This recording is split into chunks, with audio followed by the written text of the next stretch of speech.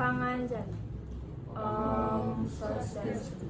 Kami dari kelas 12 IPS 2 akan menyelesaikan ujian praktek matematika dengan materi yang dipilih kelompok kami, yaitu bangun ruang. Perkenalkan, nama saya Nagoy Sipete Paramita, absen 2. Perkenalkan, nama saya Gina Sabrina Mailani, nomor absen 5. Perkenalkan, nama saya Gede Mesa Ardi Pratama, absen 4. Perkenalkan, nama saya Ferdi Kurniawan, absen 3. Perkenalkan, nama saya Gede Putra Rangjaya, absen 6. Presentasi saya akan mulai. Bangun ruang 3 dimensi. Bangun ruang adalah bangun yang mempunyai ruang dan dapat dihitung isi atau volumenya. Bangun ruang memiliki berapa bentuk berada dengan bangun datar yang memiliki 2 dimensi. Bangun ruang merupakan satu bangun yang memiliki 3 dimensi dan memiliki volume. Contoh-contoh bangun ruang. Contoh bangun ruang 3 dimensi yaitu kubus, balok, prisma, limas, kerucut, tabung, dan bola. Dalam konsep dimensi 3 terdapat beberapa istilah seperti jarak antar titik, jarak antar garis, dan sebagainya. Sifat bangun ruang yaitu punya sisi dan volume bidang, sisi dan ruang. Contohnya, kubus merupakan bangun ruang 3 dimensi yang batasi oleh 6 buah persegi atau bujur sangkar yang saling kongruen. Keenam bujur sangkar tersebut disebut sisi kubus dan garis yang menjadi perpotongan dua sisi kubus disebut rusuk kubus. Kubus memiliki 12 rusuk yang sama panjang. Jumlah rusuk ada 12 sama panjang. Jumlah titik sudut ada 8. Sisi kubus berbentuk persegi atau bujur sangkar. Jumlah sisi 6. Jumlah sudut siku-siku.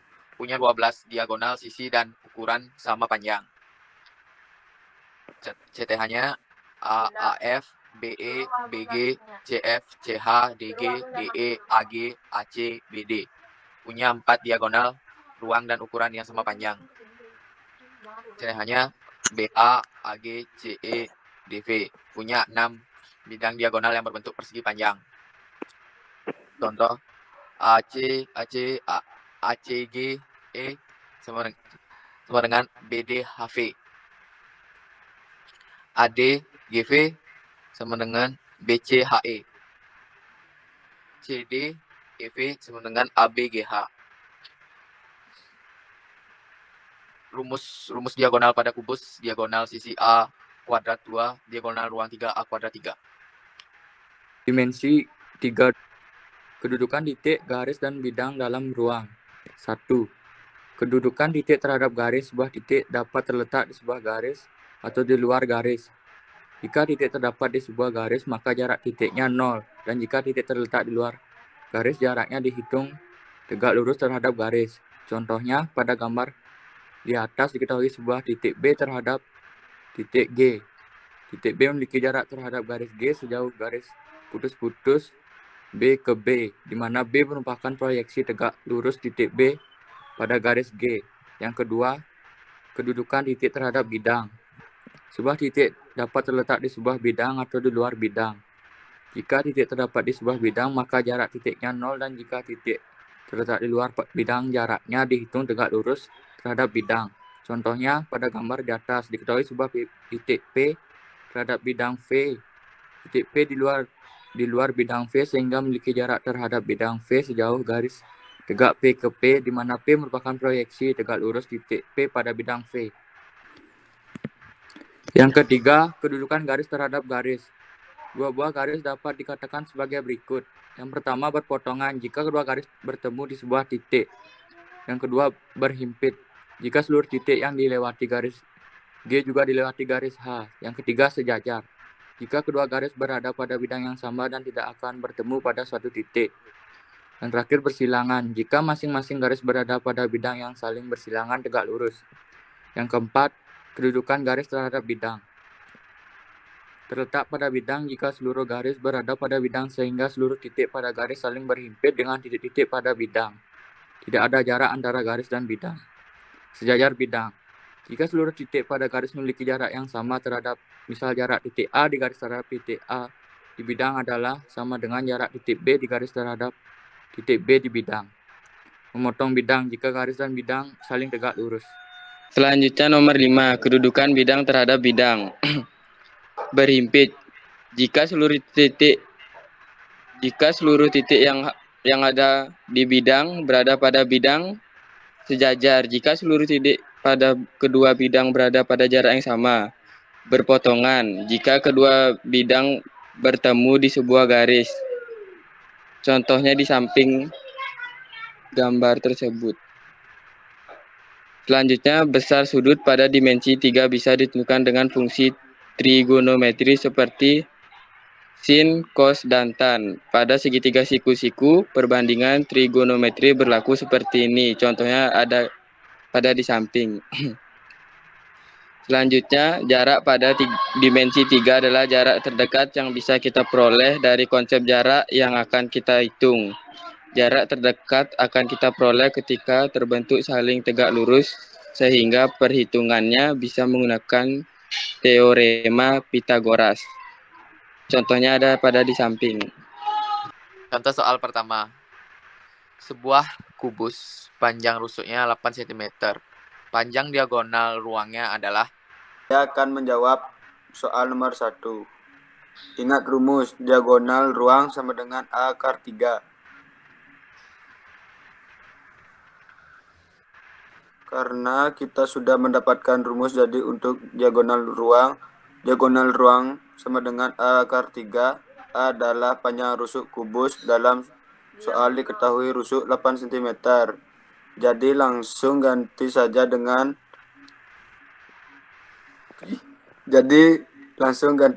A dengan 8. Diagonal ruang sama dengan A akar 3. Diagonal ruang sama dengan 8 akar 3 cm.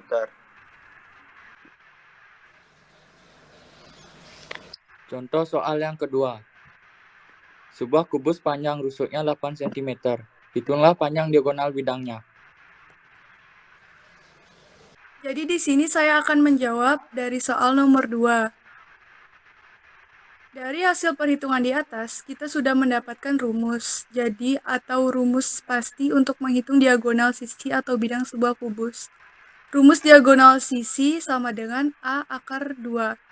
A adalah panjang rusuk kubus. Pada contoh soal di atas diketahui panjang rusuk kubus sama dengan 8 cm. Jadi langsung saja A diganti dengan 8. Diagonal sisi sama dengan A akar 2. Diagonal sisi sama dengan 8 akar 2 cm. Selanjutnya contoh soal nomor 3. Jarak titik dengan garis diketahui kubus ABCD EFGH dengan panjang rusuk 4 cm. Tentukan jarak antara titik F dengan diagonal ruang BH.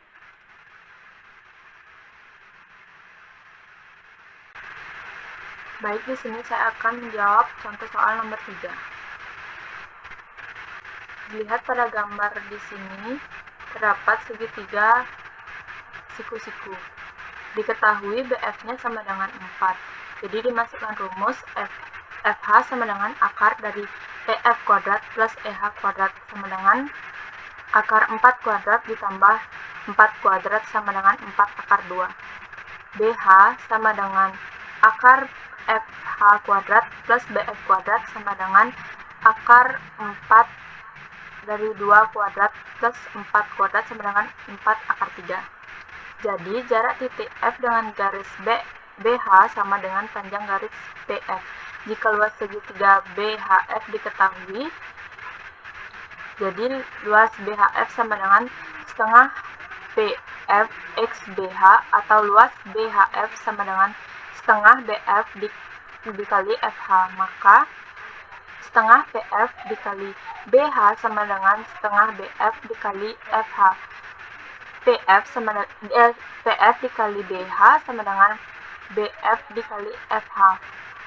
PF sama dengan BF X dikali FH per BH. PF sama dengan 4 dikali 4 akar 2 per 4 akar 3. PF sama dengan 4 akar 3 4 per 3 akar 6 cm. Contoh soal terakhir.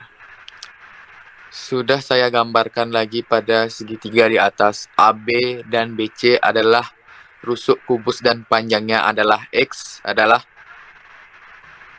Ingat bahwa rusuk kubus panjangnya itu sama.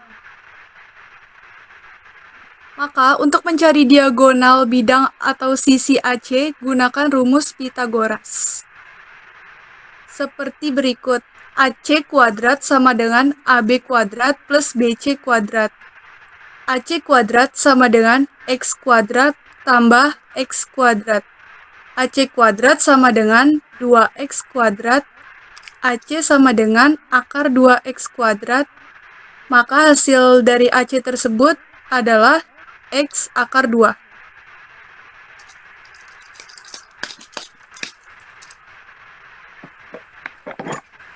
Maka, untuk mendapatkan nilai dari diagonal bidang atau sisi ini, rumusnya adalah A akar 2. Sekian presentasi dari kelompok kami. Mohon maaf bila ada kesalahan. Kami tutup dengan parama santi. Om Santi Santi Santi.